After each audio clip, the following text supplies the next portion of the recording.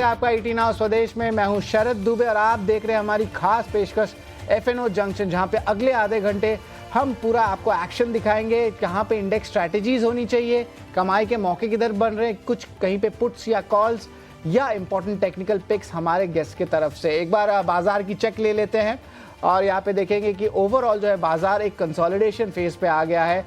गिरावट जो है थोड़ी ज़रूर भरी है, ऑलमोस्ट 0.5% की जो है गिरावट देखने मिल रही है। 24,700 के नीचे निफ्टी ट्रेंड कर रहा है। कल की ट्रेड में भी लास्ट हाफ एन आवर में वॉलेटिलिटी देखी और कल के जो सारे गेन्स थे रिकवरी में सब चले गए थे। निफ्टी की बात करें तो 24,650 लेवल्स के पास है। वही निफ्टी बैंक में भी जो है हल्की नरमी है, उतना ज़्यादा नहीं जो है मूवमेंट देखने मिला। जिस तरह ग्लोबल इंडिसेस जो है धीरे धीरे करके यूएस के टैरिफ्स को जो है अब्जॉर्ब कर रहे, तो अगले 2 से 3 सेशन में और वॉलेटिलिटी देखने मिल सकती है। ऑफ कोर्स लाइट ट्रेड रखें और निफ्टी बैंक में बाय ऑन डिप्स की भी रणनीति देख सकते हैं। लेकिन देखिए आज दोनों ही सेगमेंट्स में बाजार में करीबार में जो है लाल निशान से ट्रेड कर रहा है। एक बार इंडिया विक्स की भी लाते हैं फोकस पे और यहाँ पे अब ओवरऑल देखें तो विक्स में थोड़ी सी जो है मूवमेंट ज़रूर देखने मिली, बट अभी भी कंफर्टेबल लेवल्स पे। डायरेक्टर साहब एक बार इंडिया विक्स को फायर करें तो पता चले, क्लैरिटी आएगी कि बाजार में वॉलेटिलिटी कैसे चल रही है। ऑलरेडी 2 से 3 दिन में जो है ट्रेड टैरिफ की अब्जॉर्प्शन हमें ऑलरेडी स्क्रीन पे देखने मिल गई है। ज़रा एक बार लेके आए डायरेक्टर साहब इंडिया विक्स और ऑफ कोर्स ब्रॉडर इंडेसेस में क्या पार्टिसिपेशन चल रहा है, क्या नहीं हो रहा है, उस पर भी नज़र डालते हैं तो हमें स्क्रीन में पता चल जाएगा कि क्या हो रहा है। और of course advance decline ratio भी देखें तो यहाँ पे जो है बेयर्स के तरफ जो है ज़्यादा देखने मिल रहा है। और ठीक है, आप रिपोर्ट कार्ड देख लेते हैं कि क्या सहज के रिपोर्ट कार्ड जो है बता रहे हैं हमें।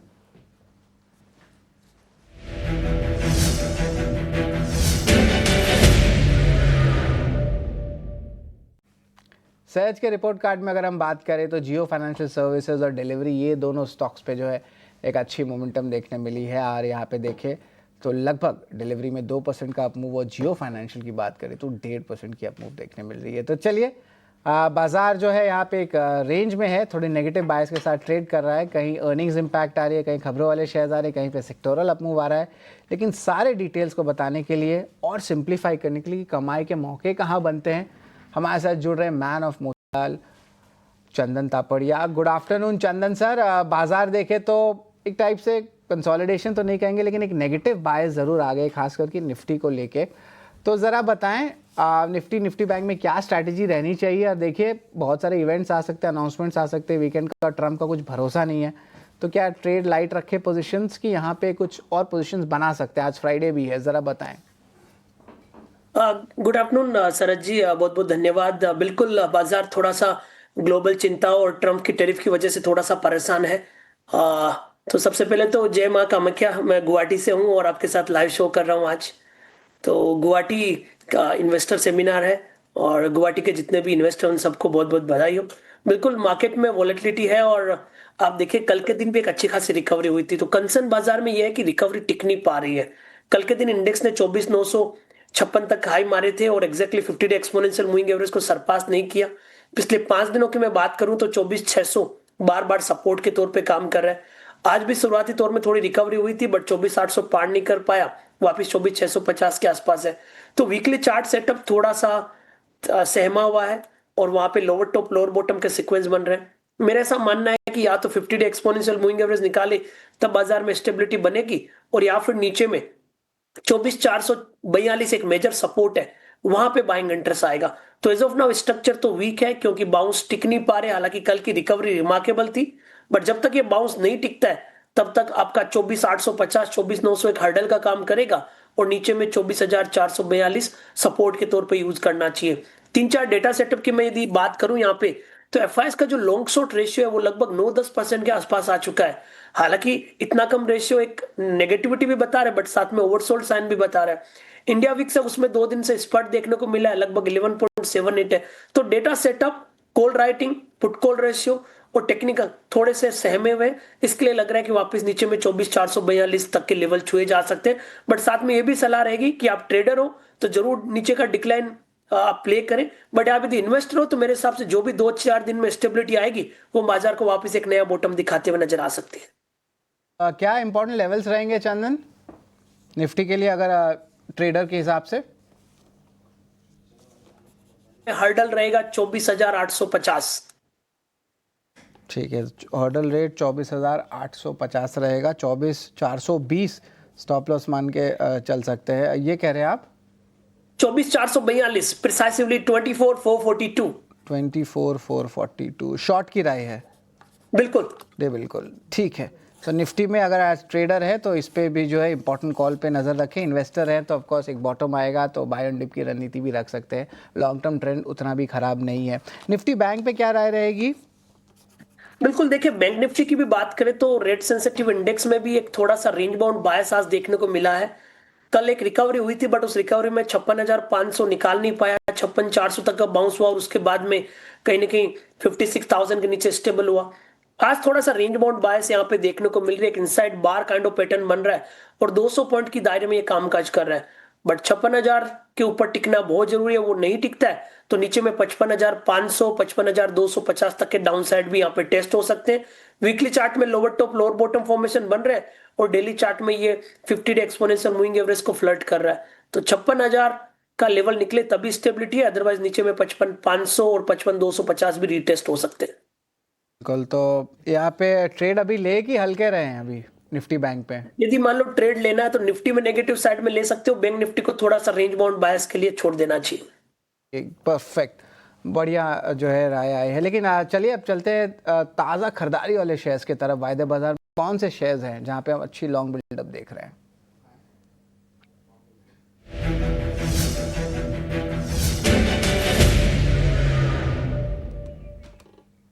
तो ताज़ा खरीदारी वाले शेयर्स में बात करें तो एशियन पेंट्स पे देख रहे हैं, यहाँ पे अच्छी मोमेंटम देखने मिल रही है। आयशर मोटर्स अभी नतीजे आ रहे हैं आपके सामने, मोटरसाइकिल बिक्री जो है अच्छे नंबर से जो है पास हो रहे हैं और एक्सपोर्ट्स पे एक अच्छा सरप्राइज देखने मिला। ये बात हम सुबह ही आपको बता दिए थे। लगातार एफएमसीजी स्पेस में अच्छी मोमेंटम देख रही है। डाबर इंडिया के नतीजे भी अच्छे आए थे और आज फॉलो ऑन बाइंग देखने मिला। मैरिको पे भी एक spill over effect FMCG space में देखने मिल रहा है।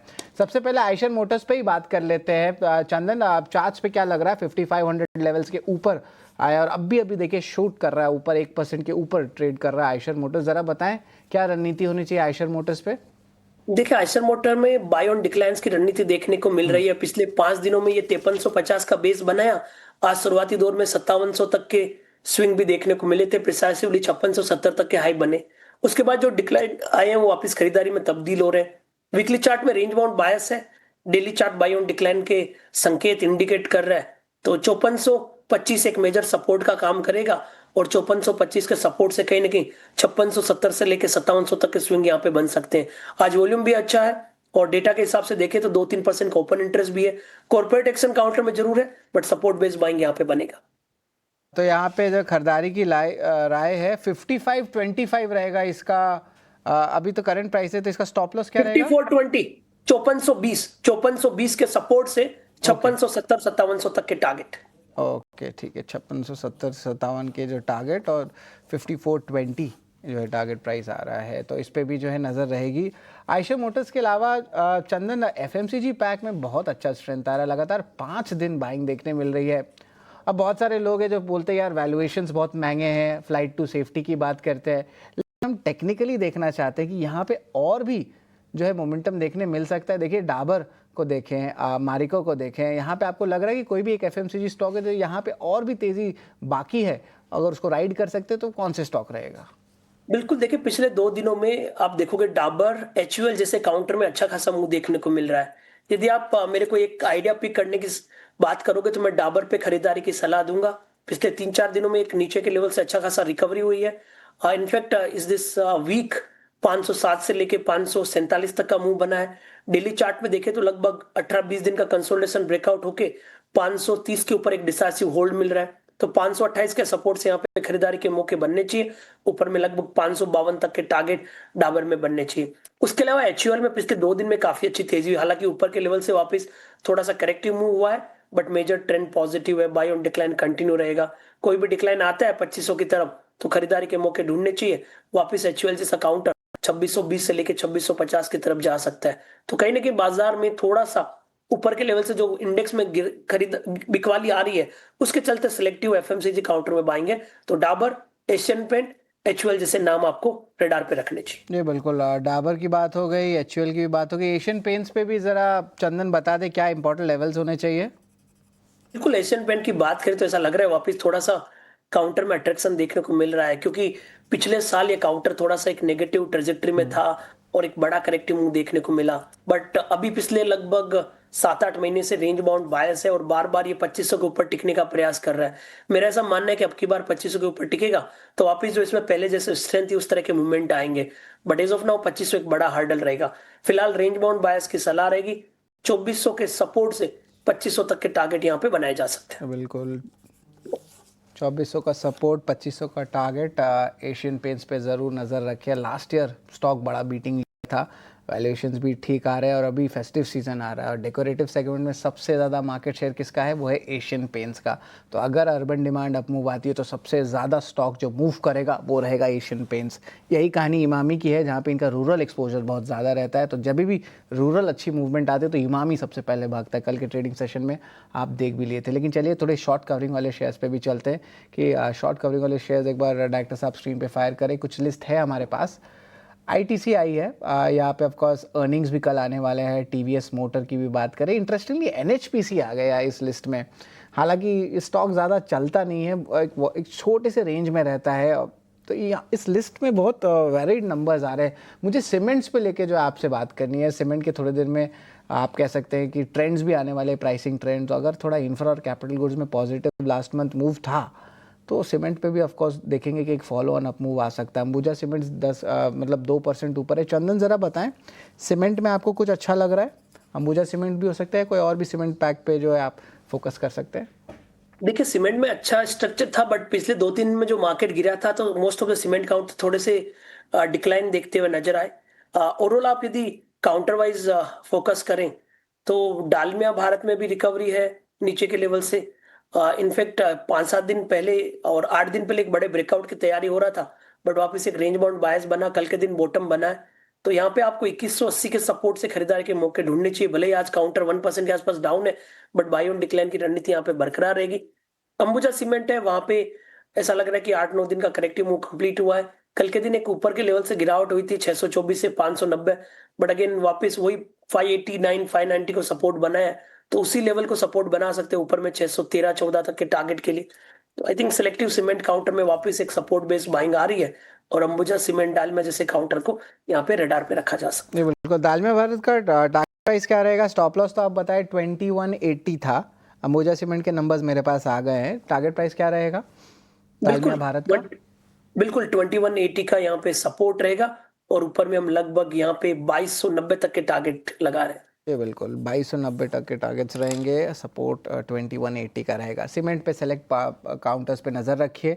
FMCG पे भी जो है 2 राय आई है, डाबर, HUL, एशियन पेंट्स का और आयशर मोटर्स पे भी खरीदारी कराई है। 5 अहम कॉल्स ऑलरेडी चंदन बता दिए हैं। लेकिन चलिए एक छोटा सा ब्रेक लेते हैं। ब्रेक के उस पार कहाँ ताज़ा बिकवाली हो रही है और चंदन के अहम technical pics straight from Guwahati माँ कामाख्या का ब्लेसिंग्स के साथ आने वाला है।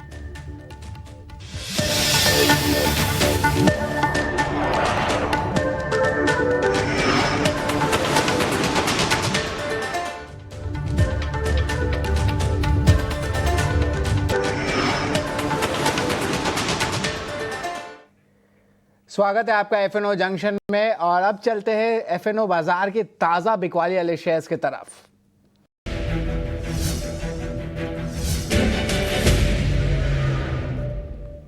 तो ताज़ा बिकवाली वाले शेयर्स में देखें तो यहाँ पे L&T पे देख रहे हैं कि अर्निंग्स के बाद थोड़ी मुनाफा वसूली देखने मिल रही है। RBL बैंक अच्छा अपमूव दिया था पिछले 4-5 सेशन से, अब यहाँ पे सेलिंग आ रही है। और PNB, interestingly PNB housing finance जो स्टॉक 17% गिर गया है। PNB का भी स्टेक यहाँ पे है और इनके MD CEO गिरीश कौशगी ने जो रेजिग्नेशन दिया, तो देखिए इम्पैक्ट जो है पेरेंट कंपनी की तरफ भी आ रहा है। तो यहाँ पे ताज़ा बिकवाली देखने मिल रही है। चंदन, यहाँ पे कोई इंपॉर्टेंट शॉर्ट्स देखने मिल रहे हैं? मुझे तो नहीं लगता कुछ एक इंपॉर्टेंट शॉर्ट्स इन स्टॉक्स में देखने मिल रहे हैं, लेकिन अगर इन स्टॉक्स में नहीं है तो कहीं और पे फ्रेश शॉर्ट्स पे कोई कमाई के मौके, बस एक ही स्टॉक चाहिए। बिल्कुल, देखिए PNB में लगातार lower top lower bottom formation weekly chart में देखने को मिल रहा है। पिछले हम 10 दिनों की बात करें तो 115 से स्टॉक 105 की तरफ फिसलता हुआ नजर आया है। इनफैक्ट काफी सारे फार्मा काउंटर में वीकनेस है, पीएसयू बैंक्स यहाँ पे वीकनेस दिखा रहे हैं। तो आप मेरी तरफ से पीएनपी पे ही बिकवाली की सलाह ले सकते हैं। मौजूदा लेवल की तरफ आप बात करें तो काउंटर में शॉर्ट्स के बिल्टअप हो रहे हैं। अब हर्डल है लगभग 108 के आसपास है और उस 108 के हर्डल से कहीं ना कहीं 100 रुपए तक के टारगेट पीएनबी दिखाता हुआ नजर आएगा। उसके अलावा यदि आपको दूसरे और काउंटर शॉर्ट बिल्टअप की तरफ फोकस करने हैं तो मेरे को एक काउंटर यहाँ पे समझ में आ रहा है। वो रहेगा आपका यहाँ पे फार्मा से डिविस लेब। यहाँ पे देखें शॉर्ट बिल्टअप के साथ में लॉन्ग लिक्विडेशन देखने को मिले हैं। पिछले लगभग 8-10 दिनों का जो कंसोलिडेशन हुआ था वो ब्रेकडाउन के तौर पे नजर आया है। तो मौजूदा लेवल पे देखिए डिविस लेब पे तो बिकवाली की सलाह होगी। हर्डल रहेगा यहाँ पे 6580 के आसपास, नीचे में 6250 तक के डाउन साइड बन सकते हैं। तो पीएसयू में पीएनबी और फार्मा में डिविस लेब, ये दो काउंटर रहेंगे जहां पे मंदी के सौदे देखे जा सकते हैं। जी बिल्कुल, मंदी के दो सौदे पीएनबी और डिविस लैब्स, फार्मा स्पेस, और यहाँ पे पीएनबी में देखें यहाँ पे थोड़ी लॉन्ग अनवाइंडिंग भी हो रही है। तो ये आंकड़े जो आ रहे हैं, डिविस लैब्स ऑफ कोर्स 6580 है हर्डल रेट और 6250 रहेगा टारगेट प्राइस, राइट? बिल्कुल जी बिल्कुल। तो ये नंबर्स पे भी जो है नजर रहेगी। लेकिन चंदन, आपके टेक्निकल पिक्स क्या रहेंगे? बिल्कुल, टेक्निकल पिक्स की आप यदि बात करें शरद जी तो पहला ट्रेड रहेगा अंबर पे। अंबर इस बाजार की गिरावट के बावजूद भी अपने आप को होल्ड कर रहा है और इस वीक लगभग 9-10% की बढ़त बनाई है। काफी पॉजिटिव प्राइस सेटअप देखने को मिला है। मैं इसका बड़ी अवधि का चार्ट देखूं तो 2025 में इस काउंटर ने एक बड़े मोमेंटम दिखाए थे। लगभग आप जनवरी के स्टार्ट में 8177 और उसके बाद में 8 महीने के बाद ये वापस मूव यहाँ पे देखने को नजर आ रहा है। हाई टॉप साया बॉटम के सीक्वेंस बड़े टाइम फ्रेम में है तो अंबर पे खरीदारी की सलाह होगी। जिस हिसाब से प्राइस कंसोलिडेट हो रहा है एक बड़ी तेजी के बाद, एक पोल इन फ्लेक पैटर्न भी यहाँ पे विजिबल हो रहा है, तो 7900 के सपोर्ट से खरीदारी की सलाह होगी। 8350 से लेके 8400 तक के टारगेट बनेंगे। वहीं दूसरा ट्रेड रहेगा डिलीवरी। देखिए इस काउंटर में अच्छा रिकवरी है। कल के दिन जो बुलिश एंगल्फिंग प्राइस पैटर्न बना था 4 दिन के डिक्लाइन के बाद, और आज जो फॉलो अप है वो इंडिकेट कर रहा है कि ओवरऑल स्ट्रेंथ यहाँ पे इंटेक्ट है। खरीदारी की सलाह है। 425 का सपोर्ट है, ऊपर में 450 455 तक के टारगेट है। तो अंबर इंटरनेशनल और डिलीवरी दो आइडिया रहेंगे इस मार्केट में भी लॉन्ग पोजीशन बनाने के लिए। ये बिल्कुल दो आइडियाज़ चंदन की तरफ से आ रहे हैं। सबसे पहले एम्बर एंटरप्राइजेस की बात करेंगे। 8350 8400 का टारगेट प्राइस रहेगा। वही स्टॉप लॉस देखे तो 7900 का रहेगा। और दूसरा स्टॉक है डिलीवरी, यहाँ पे भी खरीदारी की राय है। 450 455 का जो है टारगेट प्राइस रहेगा। स्टॉप लॉस 425 का रहेगा। और अहम कॉल जो थे बता दिए हैं चंदन ने। धन्यवाद चंदन, आप हमारे साथ जुड़े एफएनओ जंक्शन में, और बहुत अच्छा लगा कि आप गुवाहाटी से जुड़ रहे हैं। ऑफ कोर्स वीकेंड में ट्रैवल भी करते हैं काम की तरफ से भी, लेकिन श्रद्धा बहुत इंपॉर्टेंट है। और बहुत अच्छा लगा कि आप माँ कामाख्या के शहर से आ रहे हैं और वहाँ से कुछ ब्लेसिंग्स और प्रसाद भी आए मुंबई, तो बहुत अच्छा लगेगा। बिल्कुल सरज जी, ब्लेसिंग और प्रसाद बिल्कुल रहेगा। और आई थिंक ट्रम्प का जो डिस्टर्ब दे रहा है मेरे हिसाब से ज्यादा नहीं रहेगा, और यही हम सब प्रे करते हैं। और बिल्कुल गुवाहाटी सेमिनार है और मैं आईएम शिलोंग भी जा रहा हूँ, वहाँ पे गेस्ट लेक्चर है। तो I think positivity, knowledge spread सब बनने चाहिए। और मेरा तो यही मानना है कि जो नेगेटिविटी थी बाजार में हो गई है और बाजार को कोई भी अनसर्टेनिटी पसंद नहीं है। तो आई थिंक थोड़ा टाइम लगेगा, बट कहने के बाजार 24442 को सपोर्ट करते हुए एक बड़ी रिकवरी भी बताते हुए नजर आएगा। जी बिल्कुल, यही आशा रहेगी। और धन्यवाद, और अपनी नॉर्थ ईस्ट ट्रिप के लिए बेस्ट ऑफ लक आपके लिए। धन्यवाद चंदन, आप हमारे साथ जुड़े। लेकिन चलिए अब हम इस शो के जो है समाप्ति करेंगे, लेकिन उससे पहले एक बहुत इंपॉर्टेंट चीज़ आपको समझना ज़रूरी है। महीने के शुरुआत में अक्सर बड़े बड़े पैसों के काम होते हैं, जैसे सैलरी आती है, बिल भरने होते हैं, खर्चों की प्लानिंग होती है। लेकिन जिस तरह हम अपने खर्चों की प्लानिंग करते हैं, उसी तरह अपने निवेश की प्लानिंग करना भी उतना ही ज़रूरी है। इसी आदत को बढ़ावा देने के लिए एसबीआई म्यूचुअल फंड और टाइम्स नेटवर्क मिलकर एक राष्ट्रीय इन्वेस्टर अवेयरनेस पहल शुरू कर रहे हैं, जिसका नाम है भारत निवेश, बेहतर कल। इस पहल का मकसद भारतीयों में लगातार निवेश करने की आदत को प्रोत्साहित करना है, ताकि वे अपने आर्थिक भविष्य सुरक्षित कर सकें।